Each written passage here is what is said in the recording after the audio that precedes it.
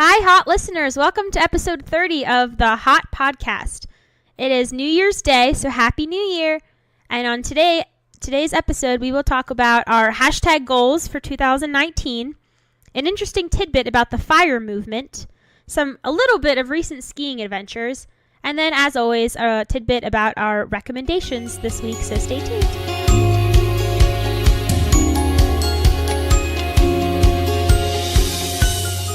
Happy New Year, Marta.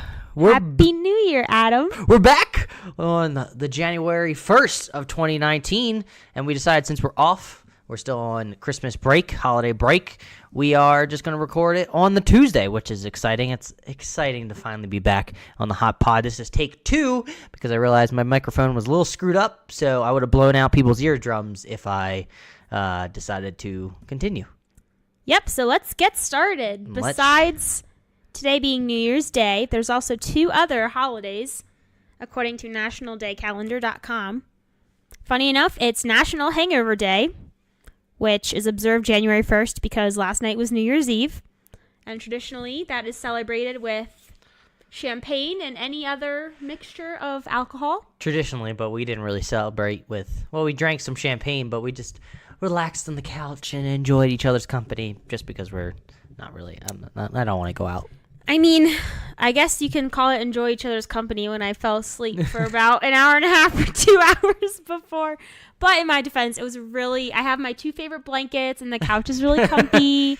And it was way past my bedtime because I go to bed really early and wake up really early. Anyway, that aside. Today's National Hangover Day, which we are not feeling, thank goodness. Mm-hmm. And National Bloody Mary Day. So I feel like they're both intertwined because you have a hangover, and then Bloody Mary is probably what people drink while having a hangover because then you get to drink it the next day, and there's alcohol in it, and alcohol is supposed to soothe your withdrawal symptoms that hangovers develop, or hangovers sort of show. Yeah, that's correct. Also, I was reading about National Bloody Mary Day out of curiosity, and apparently, according to the Food and Drink in American History Encyclopedia, the Bloody Mary made its debut in Paris at the Ritz Hotel in 1921. And it was originally named the Bucket of Blood. Ugh. It also went by the name Red Snapper. Red Snapper sounds a lot more appetizing than Bloody Mary and Bucket of Blood. Bucket of Blood that sounds disgusting. I don't know why you would go to a bar and be like, yeah, I want a bucket of blood.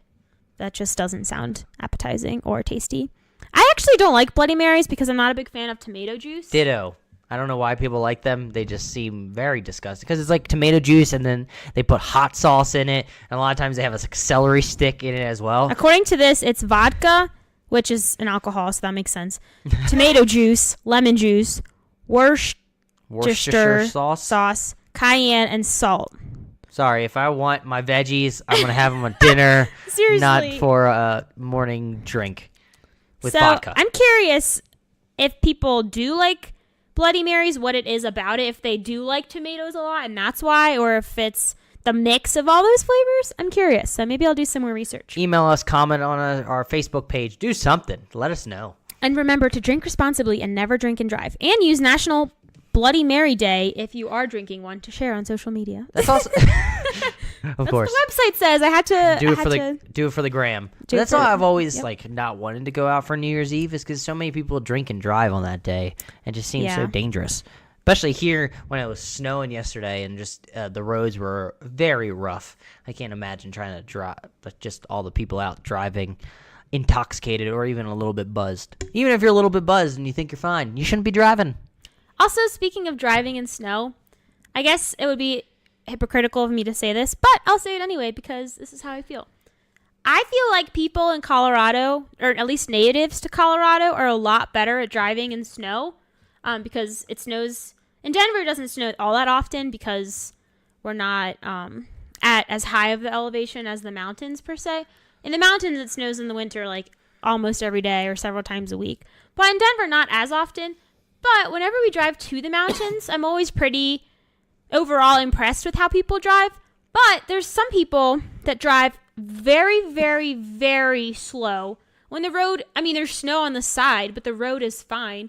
And they're driving really slow, and it's a one-lane road, and you can't pass them. Mm-hmm. And a lot of times they're from, like, their license plate is from a different state. And I'm like, okay, I understand that maybe in your state you never had to drive in snow, but I feel like the only way to get more comfortable with it is to keep practicing and driving, because if you're just going to drive really, really slow, you're never going to get more comfortable, especially when there's not actually snow on the ground.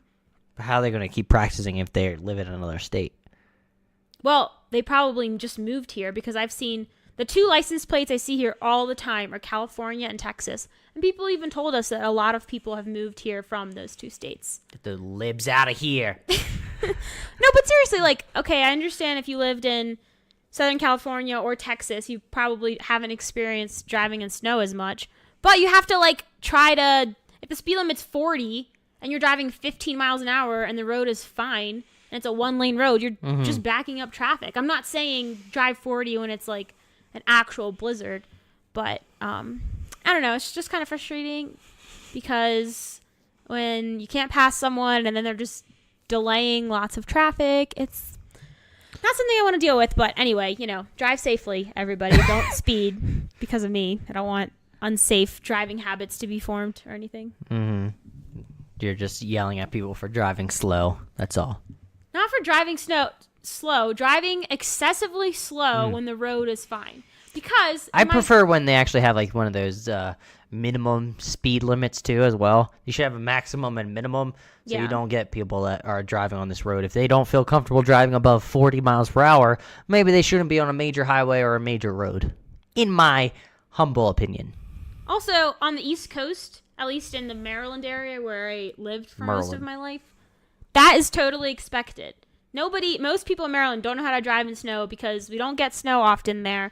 And when we do get it, either they don't plow it or people just aren't as used to it. So it's not, people don't have those skills built up as much. Whereas here, it snows more often, and people, even if it doesn't snow in Denver, people are going into the mountains and snowing there. It's business as usual, as you mentioned yesterday as you were going to the grocery store. Yesterday the road was covered in snow. You couldn't even see, the parking lot was totally snowed over, and parts of certain roads, you couldn't even see the actual road. Mm-hmm. And people were just driving normally.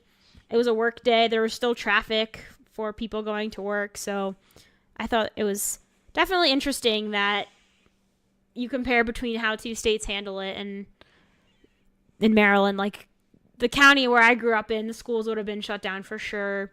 Here, probably, they're just like, okay, kids, put your boots on and go to school. But anyway. Mm-hmm. So, Marta rant over. Just had to get that out off your chest on the pod for all those people. Yes. And if you're one of those people listening, we don't mean a word we're saying. We're not insulting you at all. No, I'm not trying to be offensive or insulting.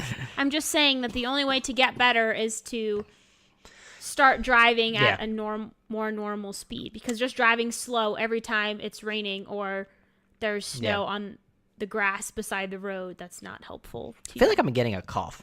I'm trying not to cough on the podcast because it's probably not no very one wants to hear that. Yeah, great to hear. But I feel like I'm developing a cough. That's not good. Yeah, that's not good. Especially going back tomorrow to Get work. you a Bloody Mary to kill whatever's trying to, whatever bacteria. Just take a shot of vodka. It'll kill all the Even bacteria better. in my throat. Just kidding. We're not advising that. That is definitely not a medical recommendation. Nope. We are not doctors here at the Hot Pod, so just FYI. But I guess we'll get into some things that we've actually been up to on our break. And there's really been one thing only that we've been really doing is skiing, which is probably not a surprise to anybody that's been listening to us for the past few weeks, where it's just more skiing and skiing at the same place. We promise we won't just talk about skiing the whole episode. So we have other things to discuss. So don't count us out if you're not interested in listening to that, because that's not the main topic today. Mm-hmm. But we went skiing with Marta's parents.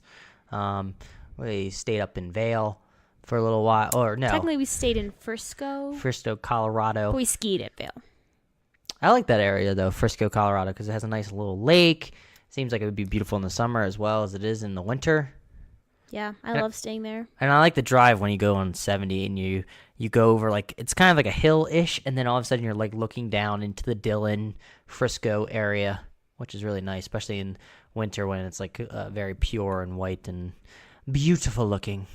And when there's so much snow on the ground, it's also quieter because the snow absorbs sound, so it's just peaceful. Is that a scientific fact? I thought I read that somewhere, that when there's a lot of snow on the ground, snow absorbs sound, and that's why it's quieter, typically. Wow. You are blowing my mind. I'm learning something new every day, especially on the Hot Pod. That's why I'm here, to share new, interesting facts. According to the nsidc.org site, when the ground has a thick layer of fresh, fluffy snow, sound waves are readily absorbed at the snow surface, dampening sound. Fascinating, I know. Fun fact, learning something new on the Hot Pod. That's why you listen to us. Yes. Yeah. We ended up, after that, your parents head back, and we went to Telluride, because we've been hearing great things. It's like the #1 place to ski, according to a lot of websites. And right off the bat, I have to say, I don't understand the hype. I don't understand it. I didn't get the hype. We went there. I wasn't that thoroughly impressed at all. Yeah, to be honest, so my favorite, as if you've been listening to the past few podcasts, you understand, Vail Resort is my favorite for different reasons. But one of them is that part of the mountain just has like a really expansive area where you can kind of ski anywhere you want. There's no specific trails, so it just feels more open, and it's very unique in my opinion. But like you said, Adam, Telluride does have a lot of hype around it, and people say like it's the #1 place and whatever. And obviously everyone's going to have their own individual favorite, because if one resort was like absolutely #1 best, people wouldn't go anywhere else. Yeah. Or that place would be excessively crowded. Mm-hmm. But we did decide, since the pass that we have allows us to ski at Telluride for 7 days included. We didn't have to pay for lift tickets, so that was nice. So we just decided, we have nothing to lose. Let's go. And I would agree. Compared to, some of the resorts I've skied at in like southern Pennsylvania or western Maryland, obviously it's very impressive because it's a huge mountain. But I think that at least Vail and Breckenridge and some of the places closer to us, they do a better job of kind of making the mountain feel connected. And if you want to stop on a trail and like go on a lift and do something else, you can. But if you want to keep going on that trail and ski for like several miles as opposed to half a mile, that's definitely a possibility too. But I feel like at Telluride there was very specific areas. For example, one part of the mountain that we skied just had between 5 and 10 blues that all converged at one lift, which is fine, but you couldn't continue somewhere else on the mountain. So it felt a little bit restrictive, like I have to go on this lift and go on these specific trails. And also the runs were very short. It kind of felt like when we were back on the East Coast, where it would take maybe 5 minutes to complete a blue or a green run, which I wasn't too much of a fan of. Yeah, I think at least some of my favorites at Vail are very long because... Yeah, we want the trails that leave our legs a-quaking at the end. Yeah. I'm the biggest proponent of you'll rest your legs on the lift. There's no need to stop. But, also because I don't like stopping because then I get really cold too. But, yeah, it was a nice mountain, but I wasn't necessarily impressed, and I definitely will not be back. The two things that I would say, if someone's listening and they have been to Telluride, or they're like, what are you talking about? This is the best mountain ever. I will agree that the town is cute. So some of the places that are more local to Denver, being Keystone, Breckenridge, and Vail is kind of my top 3 that I'm familiar with. They all feel very commercialized. So at the base of the resort, kind of where you get on the gondola or the ski lift and where the lodge is and you get lift tickets and all of that, they have like these giant hotels, and it's like Four Seasons this and Ritz-Carlton that. Some of them have condos too, but I think Vail especially and Beaver Creek have just that commercial feeling, which I don't really care. I'm there to ski. I'm not there to, shop or admire, people watch. I do enjoy both of those too. But we do enjoy making fun of the people that just end up going there to shop. Yeah, that's a thing in Aspen apparently, which I've not been to Aspen. But anyway, Telluride it literally does feel like a small town. When we drove up, it has these narrow, tall houses, almost like you would see on a beach by the water. Yeah, that's what I was getting vibes that. It felt kind of like a beach town. Yeah. Which was strange to see in the mountains. And it was right up against the mountain, too. Yeah, I mean, where we stayed, it was within walking distance. It was kind of ski in, ski out, which was very unique. Yeah, it was nice. But yeah, Telluride was a small little town, and there was a little grocery store, tons of restaurants. I'm always a fan of cooking because I like to cook and it's cheaper, and I just genuinely enjoy it more than sometimes going places and not finding what I want to eat, blah, blah, blah. But we tried to use our tiny little KitchenAid that we had in the room. Kitchenette. We didn't even have an oven, and our stove was like 2 tiny burners. But I think we did a good job, for sure. But anyway, Telluride also used to be a former mining town. So I'm also wondering if that... I guess I don't know the history about some of the towns closer, the ones I mentioned, like Vail, Breck, and Keystone. But Telluride used to be a mining town, so I'm wondering if that's kind of why it felt more homey, I guess, maybe, with the yeah. houses, because people used to actually live there and mine. Another thing, so the one thing I could see people liking is just that town feel, which is definitely not commercial feeling at all. And then the other thing that when I was reading about Telluride, things that people like is there's something, if you're not familiar with skiing at all, there's something called, I think it's called heli skiing, Heli. Something I will never do. I don't know if I would do it.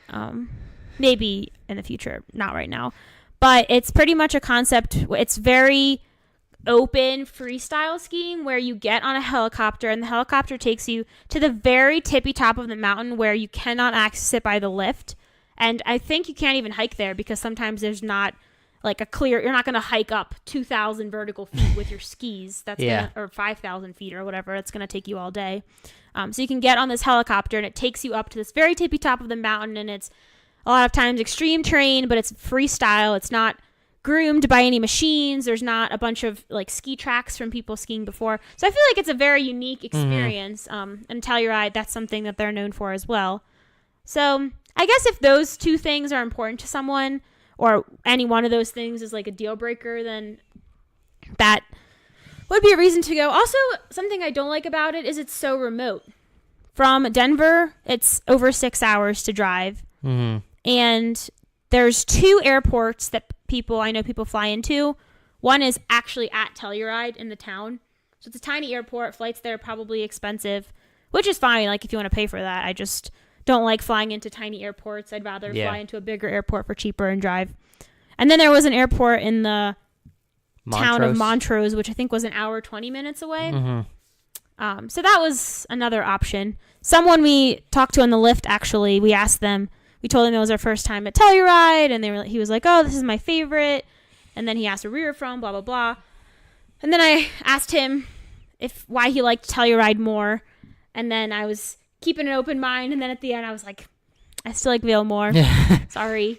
I mean, everyone's gonna have their own opinion anyway. It's hard for an article to be like, this is the number 1, because there's still different options. But anyway, it's not a skiing episode, so we'll keep moving along. Unless you were just rolling. I just wanted to get at least one of my points in. Yeah. That it was. I have like a little conspiracy theory. It's a conspiracy theory time for Adam here. But keep it on the down low. I think that I've been telling you, like, when we were driving back, it was like the main point that I had, that I feel like Telluride is considered the best because it's like the hipster thing to consider, that it is the best. It's like the hipster thing to say. You're in this remote area, completely away from the commercialized Vail, Keystone, Beaver Creek, all those that are closer to Denver, and it's just like the cool thing to do or a cool thing to like. So yeah, I like Telluride. I like taking the 6-hour drive to this remote section of Colorado in the middle of nowhere to go skiing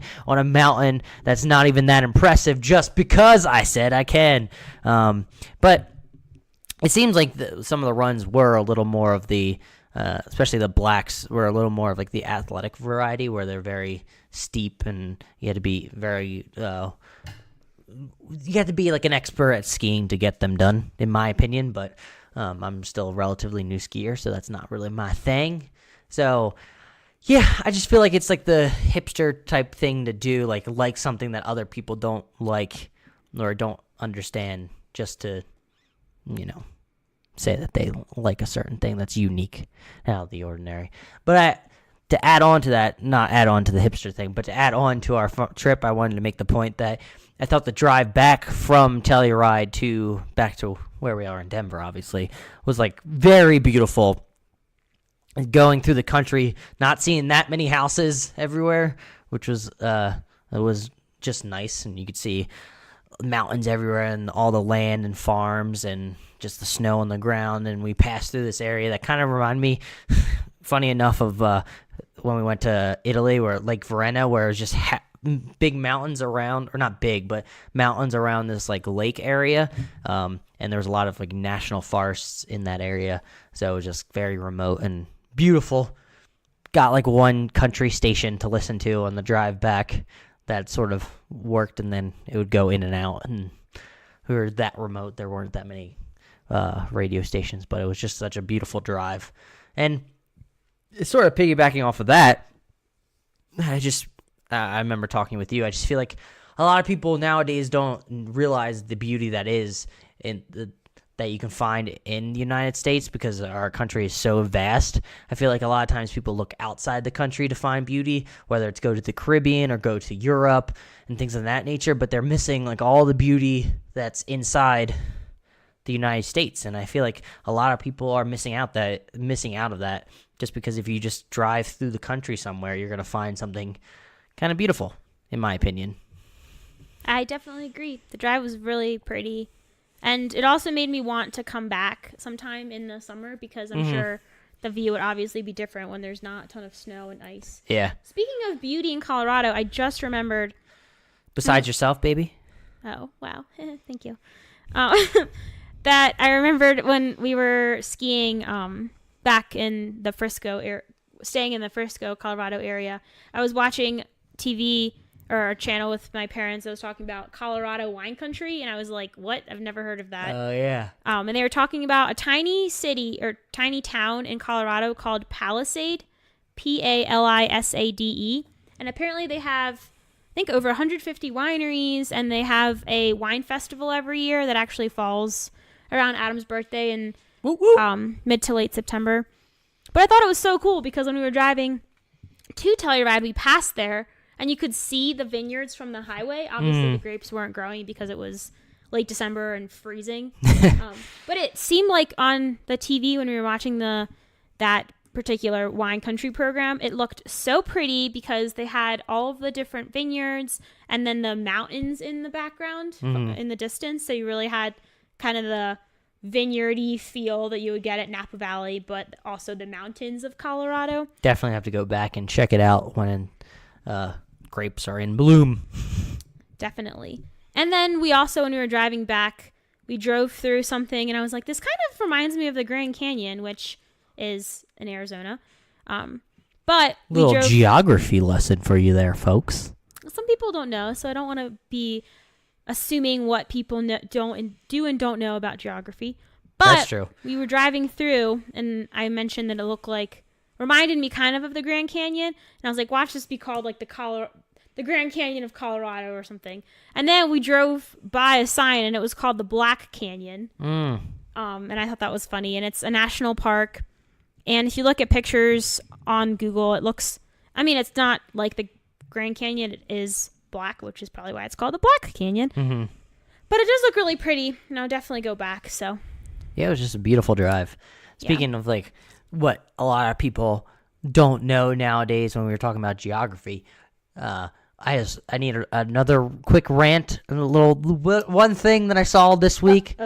Yeah, I saw this week that a study came out that 41% of people don't know what Auschwitz is, and 66% of them are millennials. I gotta say, our public school system is failing these people if they don't know what Auschwitz is. That's all I just want to get that out there. And if you don't know what it is, please look it up. Please understand history. That's all I ask. Yeah, if you want to have a good relationship with Adam or be on his good side, please be educated about past major historical events. It's not just me. It just seems very ignorant when you don't know about something as horrific as Auschwitz. No, I totally agree. It's just some people either don't care or don't pay attention. But there's been tons of different surveys done like Yeah. that about people not knowing what July 4th is, or people thinking this and that. So Or there's thinking that the Earth turned 2019 years old today. That's another thing that rolls my eyes.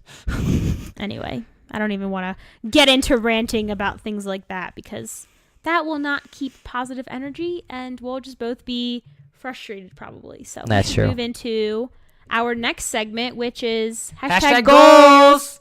We didn't even plan that, folks. Wow, Wow, that was look at that. Pretty impressive. Not to toot our own horns or anything. Toot but toot. Are we just going to go down the line of each, or are we going to alternate? Like you do one, I do we one? can alternate. Keep Because- it more dynamic. Yeah, because we sort of have two of the exact same goals. Because Adam copied 2 of my goals. No, we sat down before the podcast, wrote down our know. goals, and we ended up that some of the goals coincide because we want to have the same. We want to meet the same fitness level, I guess you could say. Little tease, I guess. Oh, a little tease on what's coming. Mm-hmm. Okay, so also I'll preface this if anyone's curious. These aren't all of our goals, but for reasons because this is on the internet, some goals are more private and personal. So personally, I just didn't want to share certain ones, and I also didn't want this segment to be 30 minutes long. So I figured I'd choose my top 5 that are, I think, good goals and also appropriate to share. And I'm not, Because feeling I have so many raunchy goals, not raunchy, but there's certain goals that you hold closer to your heart. I know, and you I know. don't feel like just blurting them out. I'm just making a dumb joke. Okay. Classic Anyway, Adam. classic Adam. So, are we explaining our goals at all, or just Sure, saying you them? can expand if you want. Okay. So, It's our podcast. We can do whatever we dang that's well please. True. And it's January 1st, so new year, new pod. Not really. It's the same pod. But my first goal is to read and or listen to 40 audiobooks. So 40, I don't really know how I came up with that. There's 52 weeks in a year. So it's read 40 just books in general. Yes. Audiobooks also count. Yes, audiobooks also count. But I wanted a goal that quantifies how many books I read, because I really do like to read, but I feel like I don't necessarily make it a priority because I'm like, oh, Netflix is easier, or playing a game on my phone or whatever. But I really do find value in reading physical books because you learn and you're staying engaged and all of that. And I think to piggyback off of how it's easier to watch TV, it's reading is more of an active activity where you have to stay focused and do stuff, whereas watching Netflix is not really that active. You don't have to be that it's more of a passive user experience where you're just listening and you don't have to like focus 100% on what's going on. Agreed. So that's my goal, 40 books. I'm thinking about every month kind of doing a recap of the books I've read, either on the podcast or in blog form. I haven't decided yet. And just talking about major things I've learned, or books that I would recommend, or kind of my progress on the goal, because I think that accountability is something that's really helpful for goals in general. And when you write something down or you just keep it in your head and you never really document it or share it, it's easier to be like, oh, whatever, who cares? But I said on the podcast 40 books, so I need to make sure that I reach that goal because I want to. Maybe the first Tuesday of every month on the podcast, we recount where we are on these, what do we put, 5 goals. I like that idea. Yeah. Have the hot listeners keep us accountable. Love it. I'm talking to you, AK. He's the one that's probably going to hold us most accountable because he's our dedicated listener. That's true. All right, can I go now for my first one? you It's can. sort of kind of the same vein as you are, but I have read at least 20 nonfiction books and specifically take notes on them, because I realize that when I read in nonfiction, I mean like whether it's personal development or just any history book or any sort of nonfiction book where it's giving you facts versus actual like just fiction stories and stuff of that nature. But I realize if I take notes, it stinks in with me more, and then I can go back and have my own little spark notes of my own making, so it clicks better with me when I go back and read it and understand it more. So that's why I'm doing this nonfiction book goal. And 20 is less than 40, obviously, but I figured if I have to take notes for all of them, it could take me a little bit longer because you're stopping and writing things down and all that jazz. But Yeah. Well, it's not a competition. Yeah, my 40 includes like fiction books and some lighter nonfiction. It's not like I'm reading coding. Yeah, I just didn't know if anybody was just thinking like, oh, why is Marta doing 40? It's because I read faster and I'm better, but I just didn't want to say that. No, I'm kidding. Totally kidding. Funny. He's definitely not laughing if I saw his face right now. Anyway. Do you want me to read my second one, or do you want to go to second? We can keep alternating. Wow. So who starts dynamic. first? Wow, you look go at that. second. Look at that. All right. My next one is finish this iOS programming book that I've been working through. I'm 3/4 of the way done. I'm almost there. I'm on like page 307. I have like 5 chapters to go. I can feel it, folks. I'm almost there. And this sort of leads into the other goal that sort of coincides with this, is that I want to actually this year create my first application, iOS application, and actually release it. So I'm hopeful. This is a lofty goal, but I just want to try and, accomplish this. It seems like it would be a cool thing to accomplish, to say, hey, like I have an application on the App Store. Who knows? Maybe it could be successful. Maybe it won't. I don't know. I want it to be, but I just want to at least get my foot in the door of releasing something and how that experience works and all that jazz. Yeah. Well, I should have gone first because my second one is definitely not as lofty and pretty. And it's not a competition though, baby. I know. I just don't feel like it's as impactful as yours. Before we get into your goal, just to piggyback off of what you were just saying, for people out there who have goals, don't ever think your goals are dumb. Like if they're your goals, they're your goals. If you want to accomplish something, then go out and set it, and don't care what other people think of how lofty your goal is or how simple your goal is. It's your goal. You can do whatever you want. It's like how we can do whatever we want on this podcast. We can just sit here in silence and release it. We're not going to do that, but it's sort of the same, sort of same thing. Yeah, that's a good point. So I'll say it with confidence. Yeah. So my second goal. Say it with the chest. That's Chest. As Kevin Hart would say in his stand-up. Oh. Yeah. Anyway, whatever. My second goal is to cook 52 recipes out of any of the many cookbooks that I have.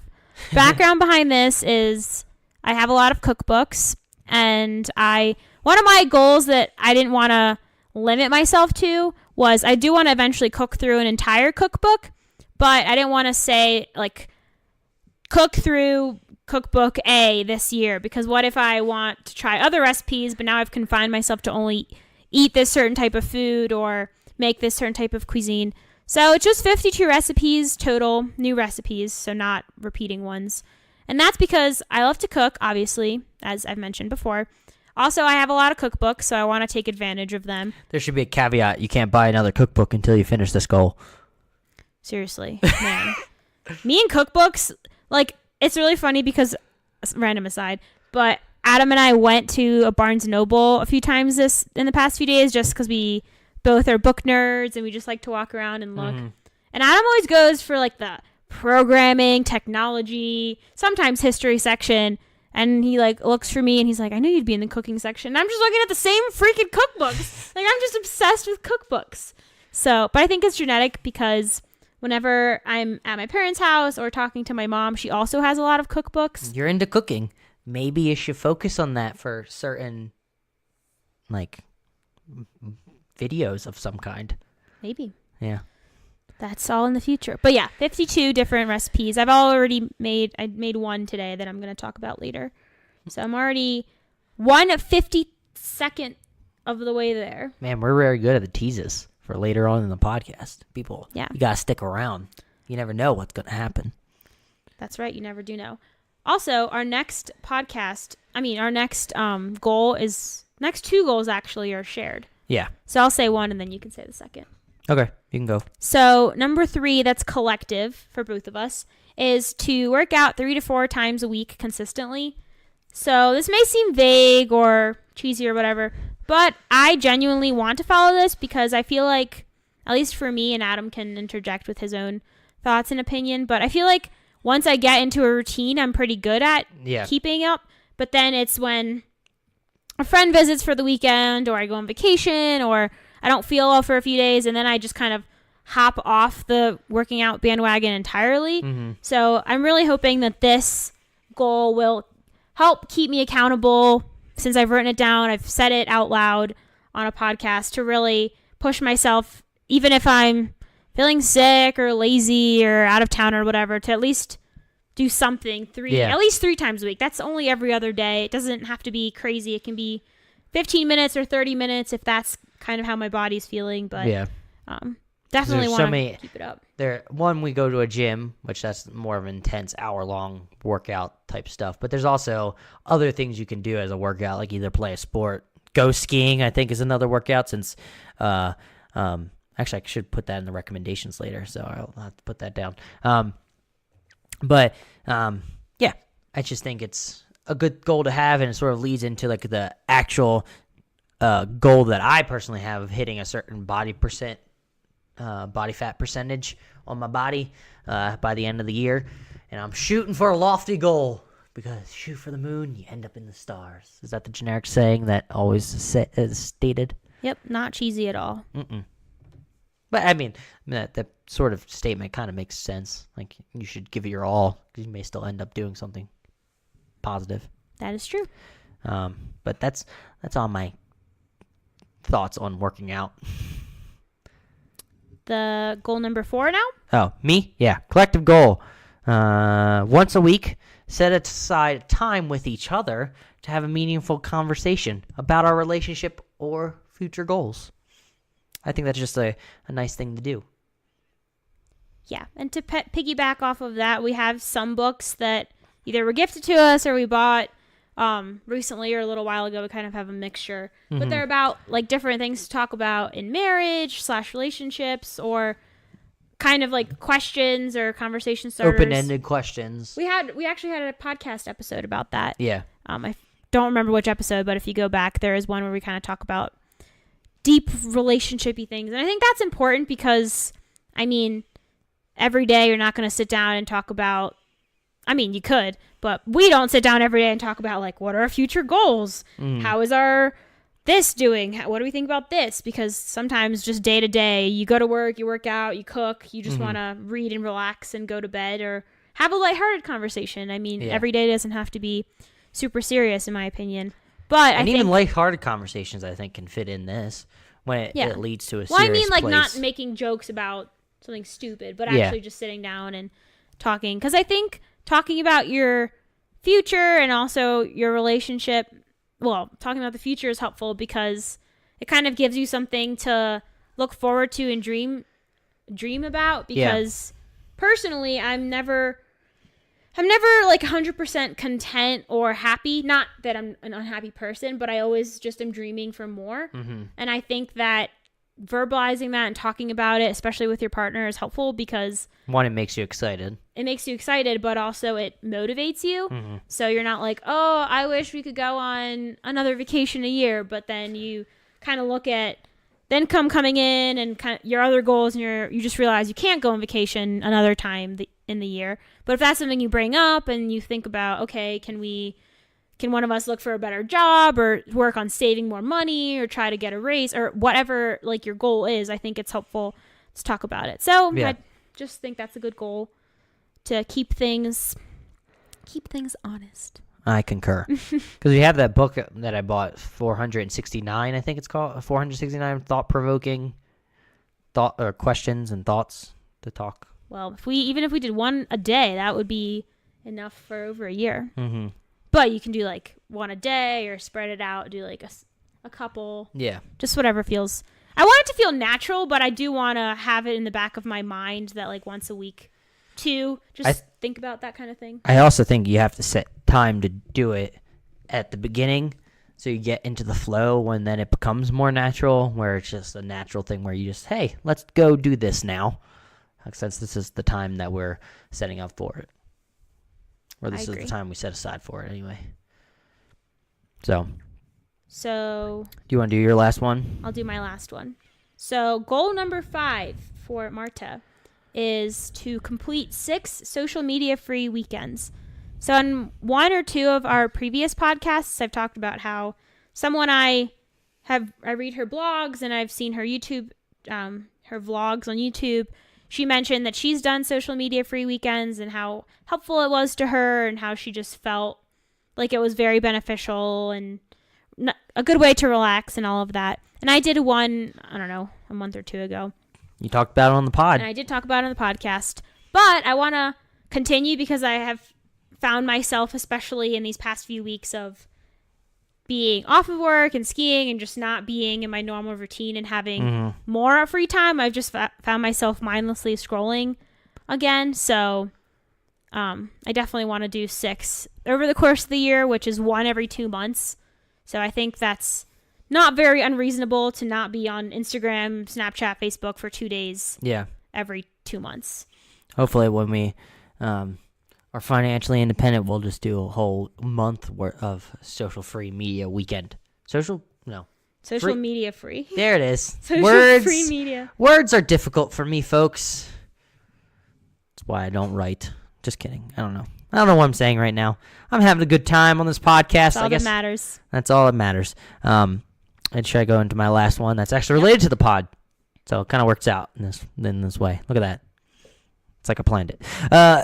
For the podcast, I want to at least interview 10 people. Marta had to put the little caveat, if you're interested, contact us. But I kind of want to get into talking with people that write books that we're interested in and try to reach out and see if we can schedule just a nice little chat we could have where we can put it into the podcast, or it can be a specific episode that week or things of that nature. Because I remember I did it, an old podcast I used to do. I interviewed a few people and I enjoyed it because you're getting a new just thought process, a new person to talk to, and just new ideas in general. I just think talking out ideas is fun. I agree. And you just get a different perspective, too, because if it's always us talking, I mean, hopefully you enjoy listening to us if you're listening right now to this podcast. But I think bringing in someone new is always nice because it just gives change of pace, change of perspective, maybe a totally different topic that person's more informed on that we're not, so we're all learning.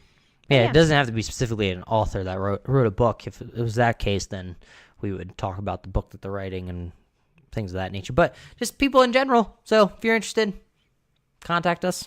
Pod. Seriously, don't be shy. It doesn't have to be like Oprah or Beyonce. I mean, not that they would listen. You don't need a set follower account for us to talk to. Yeah, it can be really anyone. I'd love to talk to anybody new and talk about whatever. I mean, it can be something I've no clue about, but Adam and I will both learn, and the other hot listeners will hopefully gain something too. So please reach out to us. We mean that genuinely. We'd love to talk to new people. I remember when I first did the first interview, I was like nervous as all heck, and I did a bunch of research and typed up questions and things of that nature. So, but now I'm more calm, cool, and relaxed. That's good. I progressed in my podcasting / interview skills throughout my time. It's all about the growth. It's all about the growth. # growth. But I think we'll move on since we're finished our goals that we're, I guess, keep track on the podcast. For an interesting tidbit that Marta wanted to throw in for the podcast discussion, maybe, that we're going to have. Yes. So the reason, just to give some background before I dive right in, the reason I wanted to talk about this was when we were in the mountains for a few days with my parents. I was scrolling through social media, and I actually saw an article that looked really interesting, so I clicked on it and started reading it. And it was about a concept called, FIRE is the acronym, FIRE, and it stands for Financial Independence, Retire Early. I respect the acronym game. Yeah, it's a good acronym. Yeah. And pretty much, if you've never heard of the FIRE movement, which I wouldn't be surprised because I don't think it's something that is super well known. I didn't know what it stood for until I started reading the article. But essentially, kind of to summarize it in my own words, it's between, I guess, 20-somethings to 40-somethings are working on really aggressively saving their income. So I think in the article, some people save up to 80% of their income or more. It's very, very aggressive. And they save a lot in order to be able to retire really early. Mm-hmm. So retiring in their 30s or maybe 40s at the latest, and then living off of their investments, their dividends, or whatever gains that they're the gains that they're making and where their money is stored or saved. And I thought it was interesting because it kind of not goes against today's society, but I feel like a lot of times in today's society, we're in such a consumerism market that people are always trying to buy the next big thing, like the next iPhone, the next computer, all these kitchen gadgets, biggest house they can afford, best car. And I'm not saying there's anything wrong with that. I mean, I think everyone should do what they want. If you should live your life the way you want to. If you see an article that says you should retire early and you're like, I don't want to do that, then don't. Who cares? But I think it's interesting because it's not something I hear often. I mean, I hear when you read the news or look online and, for example, in a personal example, looking at a mortgage calculator, just kind of putting in my income and Adam's income and then having them this calculator spit out a number of how much we can afford, and then thinking about this concept, which is very much on the other end of the extreme where people are trying to not even have a mortgage. They live either, with a lot of roommates or with their parents or just in whatever situation where they don't have a housing payment so that they can retire very early. So the aim for a lot of these people is retire in their 30s or 40s with this very, very aggressive saving. Question is, where do they live, though, after they get to this point of saving? Somewhere very cheap. Tiny house? These people, I think the article that I read, also the catch to this is that, unfortunately, if you're not in a situation where you can aggressively save, even if you want to do this, like if you have several children and you just don't have a job and a life situation that allows you to save, you can't. So this is very much geared towards people that are in a position where they can save a lot and are earning a significant amount of money. Yeah. Because if you're earning, 100K or more, or I don't know what the average is, but then it is a lot easier to say, okay, I'm going to cut down on my car payment, my house payment, and etc. Versus if you're making like 20,000 or 30 and you're also supporting a whole family and you just don't have that opportunity. I feel like this isn't something that, everybody can do due to life circumstances and just how things unfold. So I definitely don't think this is like the next big thing that everybody is going to do because, like I mentioned, it's not even possible. But I did think it was interesting in this article that I found. It's on BBC and it's called FIRE, the Movement to Live Frugally and Retire Decades Early. According to that article, there was a report done in the U.S. that found 2/3 of millennials saved nothing for retirement. So I feel like that's the opposite of this movement. Like this movement is saving almost as much as possible of your income besides the very basics and then living a pretty basic life after that. Because if you're trying to retire in your 30s and then travel the world and stay at Four Seasons everywhere, that's not going to be financially viable. But I think the opposite, like not saving anything for retirement is the opposite. Because then you're just... it's kind of a gamble because unless you win the lottery or come into money later in your life through a family member or whatever, if you don't have anything saved, you can't quit. You can't ever quit your job. You can't ever retire because you don't have money to live off of. So I think this article was interesting because it kind of shows you both extremes. Some people are trying to retire in their 30s and then just pursue hobbies and not have to worry about working working every day to live. Another interesting, I don't know if it was in this article or a different one that I read, but it was talking about how some people that kind of pursue this movement are people that are really, really burnt out, like working, 80-hour weeks or more, and they're either in accounting or law or doctors or some of those professions that are very lucrative, but also may require a lot of hours. So people in those types of professions, one, have the financial freedom where when they make more money, they can also save more, but they're also so burnt out that they just don't want to work. Yeah. Because if you love your job, this doesn't really make sense. It doesn't make sense to retire at 30 when you love your job and then be like, what am I going to do? I liked my job and now I don't have that anymore. So it was more about people that I think are working a lot of hours and just living life not really excited or feeling like they have a purpose to fulfill or anything like that.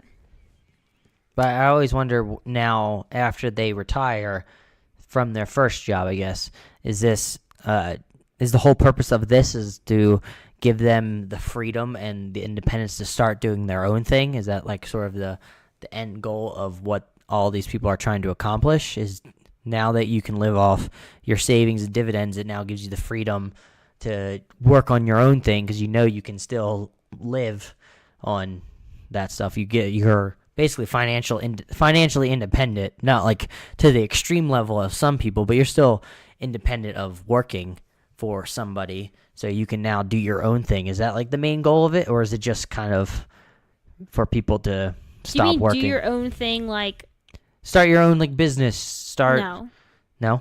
It's like actually just doing your hobbies and not working. So that's the end goal that people have, is just to do their hobbies. Yeah, retire early. Retire in the sense that you have time to spend with your family, to do if you like to watch TV or painting or sports, or traveling I feel like is tough because it's more expensive. But more of the hobbies that are kind of homey and not expensive. I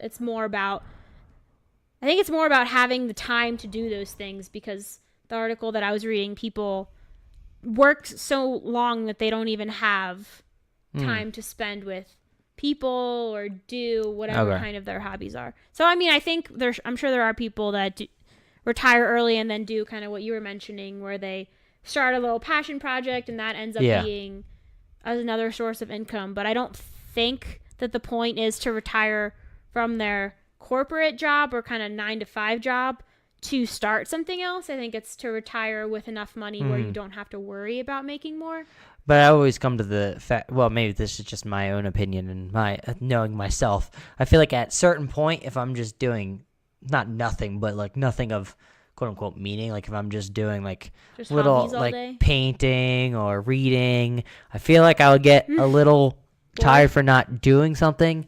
So, and it doesn't have to be like anything like really big in my opinion. I would just want to try to do something like productive in the sense like maybe try, start another podcast or do something creative where it actually allows me to put my time and effort into it, and I feel like I'm going somewhere instead of just doing stuff willy-nilly, If that makes any sense.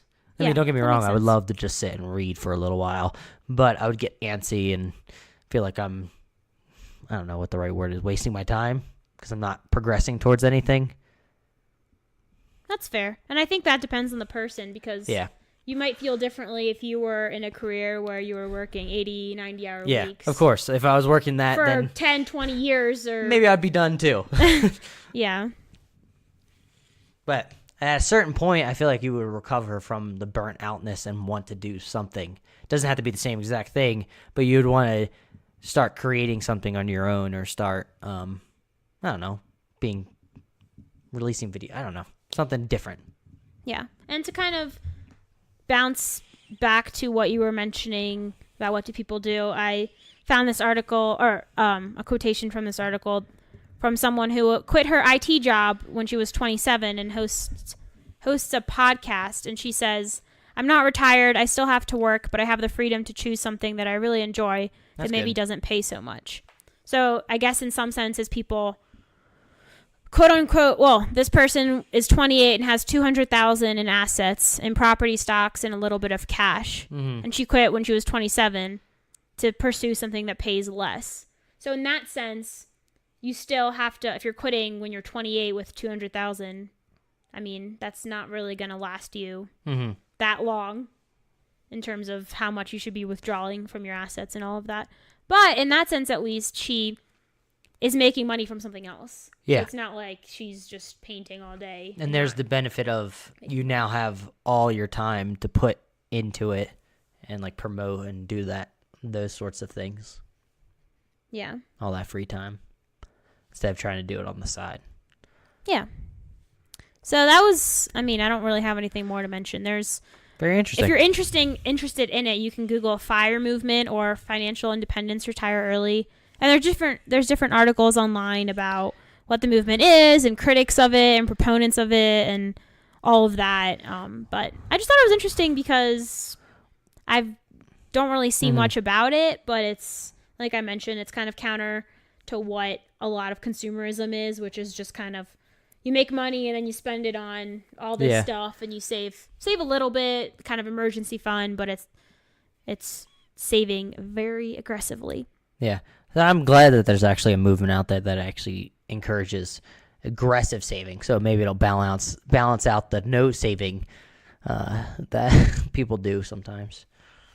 It's just, I just think people need to save money.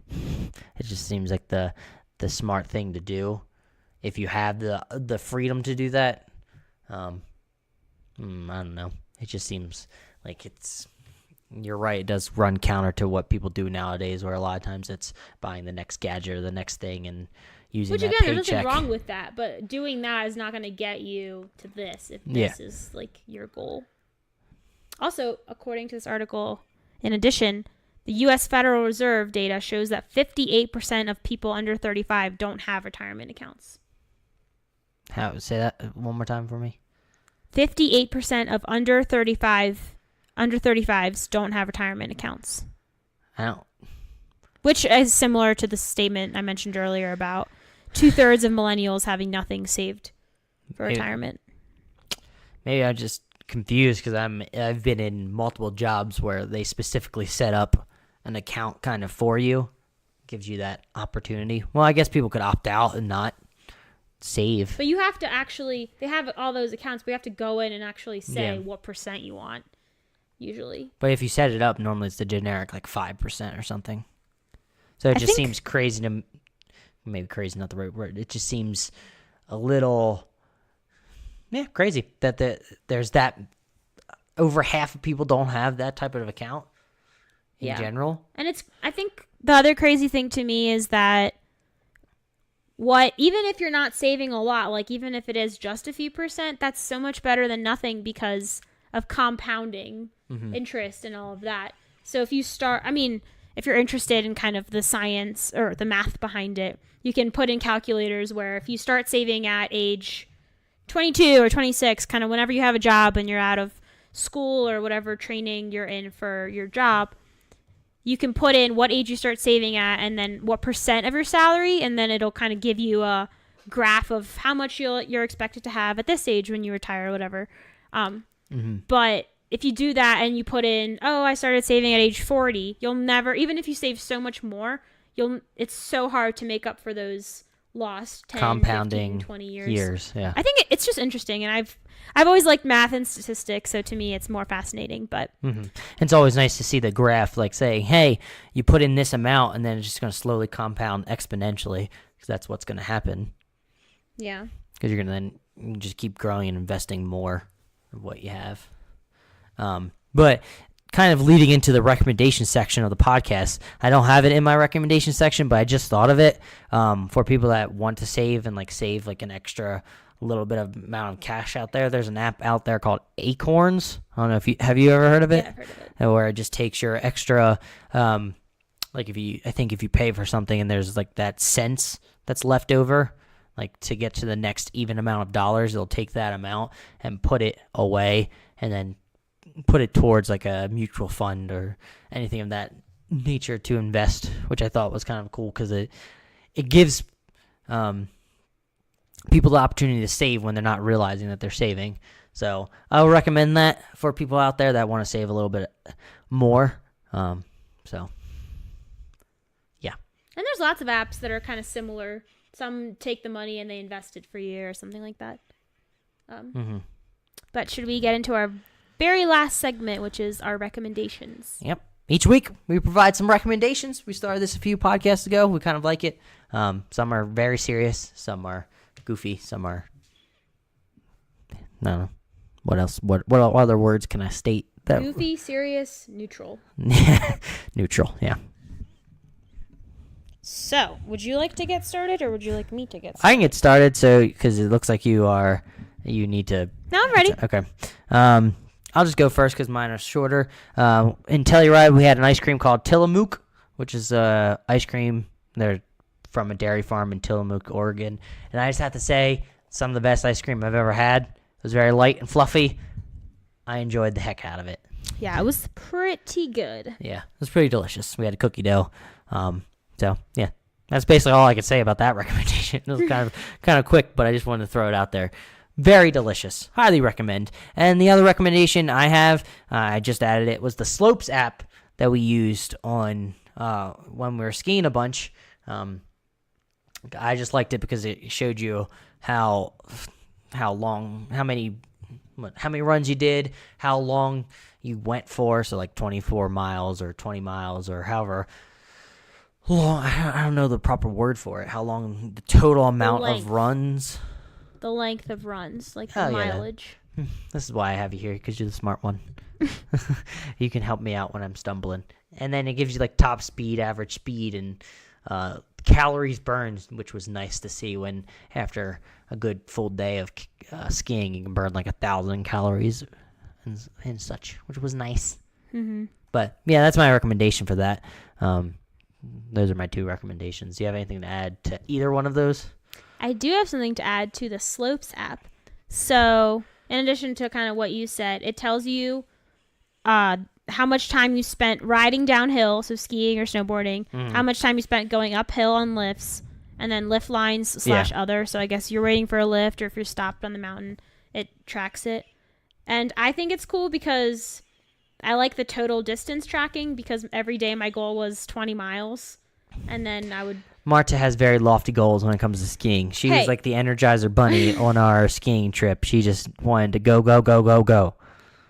I think I got over 20 miles most days. There were a few days where we kind of stopped early. And the most I skied was 31.3 miles. So that was the day before Christmas Eve. That was a lot. But anyway, I also like it because, I mean, I don't pay for the premium, so I guess I can't really enjoy it to the fullest extent. But on my very first day when I tracked my skiing day, it showed me a map. It's kind of a free trial. A map of, I guess, an interactive 3D map of the mountain, but also it was linked to the time of day. So as I scrolled the time of day at the bottom, it kind of showed me at that exact moment, was I going up a lift or skiing down? And then it shows you a little dot on the mountain of where you skied and then the lift. So I thought that was cool. It kind of makes it more interactive. So I recommend that app too. But anyway, I'll get into my two recommendations, which are, one, I recently bought 2 new cookbooks, classic, because I just mentioned 20 minutes or an hour ago that I love cookbooks, and of course I bought 2 more. But they were on sale at Barnes & Noble. And are we going to ignore the fact that you mentioned prior to buying those that you weren't going to buy another one until New Year? Yeah, I think mid to late December, I was like, or mid-December, I was like, okay, Adam, I really, really want this one, but I won't buy any more until 2019. Of course, I don't want to say I'm a pushover, but when you're interested in something like to the umpteenth degree, I always feel bad. I'm like, sure, why not? Yeah. So I bought 2 new ones. Because I just know that you're very into cooking and cookbooks, and yeah. I like seeing like the smile when you actually get a new cookbook and you're really excited about it. Aw, how sweet. Anyway, so I bought 2 new cookbooks. One is called Clean Eating Bowls by Kenzie Swanhart, and this one has clean eating bowls for like different meals. So there's bowls for breakfast, there's smoothie bowls, there's salads, there's dessert bowls, noodle bowls, grain bowls, really just any kind of bowl. If you like eating in bowls, this book will be good for you. Got it at Barnes & Noble on a bargain price, so hallelujah. Also, from that bowl, I made breakfast today, which was, the base was like a quinoa cacao base. Which is kind of strange, having quinoa texture for breakfast. But it was mixed with almond milk and coconut milk, so it was like a little thicker. Yeah. It was interesting. Kind of reminded me a little bit of what I would expect rice pudding to taste like, where it's like a little ricey. Yeah, I've never had rice pudding, but sure. And then the topping had blueberries, bananas, hemp seeds, and then cacao nibs, which Google it. I've never heard of it till yesterday, till I found the recipe. But just chocolate little. It tasted like, banana and chocolate. It was called a banana chocolate bowl or something like that. In my opinion, it tasted sweet enough where I felt like I was eating something sweet, but my mouth wasn't like, oh my God, there's so much sugar. Because the only sugar in it was a little bit of maple syrup. I really liked it. I'm excited to make more. And then I bought a book called Beautiful Smoothie Bowls by Carissa Bonham. This book is literally, it has pictures for every single recipe, and they all look like they are on Instagram. Like those, if you're scrolling on Instagram and you see those fancy smoothie bowls with a little bit of fruit on top and then some fancy seeds drizzled, that's exactly what most of these look like. Some of them even call for edible flowers, which I saw in the grocery store the other day, and I was like, those are in my recipe book. Anyway, but I like them because they look pretty, so once I'm finished my hard labor of making the meal, I can enjoy the visual appeal of it. But anyway, she bought these books basically for Instagram. That's not true. I bought them because I have seen a lot of bowls being kind of the new thing, and I wanted to make different types, like smoothie bowls, but also different breakfast bowls and stuff. So that's why I wanted them. And because they look nice, so I like that. Anyway, but out of that book, I made a bowl, kind of like a meal, I guess, and I was deciding on whether or not to have it for dessert or as a meal, but I wasn't that hungry, and it was pretty light, so I had it as a meal. But essentially, the bowl, the base of it, like the smoothie part, had Greek yogurt, blueberries, bananas, all mixed in, so it was like a deep blue color, and then it had blueberries, bananas, strawberries, kiwi, and chia seeds on top. So definitely a lot of fruit. I really liked it. Adam had something else, so he didn't want to try, but definitely recommend those books if you're obsessed with cookbooks like me. Stay tuned for next week when I buy another cookbook. No, I'm kidding. I am kidding. Well, I don't know. We'll find out. Hopefully not. Well, I wouldn't be surprised if you bought another cookbook. Also, an app. So Adam mentioned the Slopes app. I have an app that I guess I don't recommend because I haven't started it yet, but it's one I'm excited to start using. It's been around for a while. I know. But it's called the Goodreads app, which I have a Goodreads account, I guess, but I don't really use it that often because I had a few books in there that I had read a while ago. But anyway, I downloaded the app soon before we started the podcast because I'm excited to track the books that I read this year in the app because you can just scan it or search for it and add it into your... Oh, you can actually scan the book?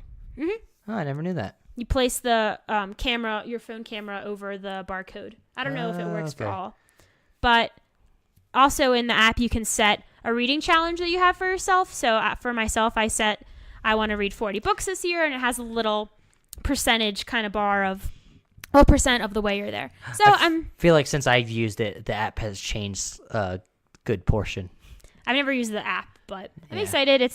It'll be a way to see my progress, and since I mentioned it here and I have the app, hopefully that really keeps me motivated and on track to read my 40 books. Maybe I'll join in and trying to use the Goodreads app for this year. I'll definitely keep the hot listeners updated on whether I continue to like it or if I think it's... Maybe, I don't know how that app works. I was like, maybe people can follow you on your progress. I don't know exactly how that works itself. I have no idea. Because I remember I would see progress of other people, like it's kind of like a social media, but for book reading. And I would see people like, oh, they want to read this or they read this.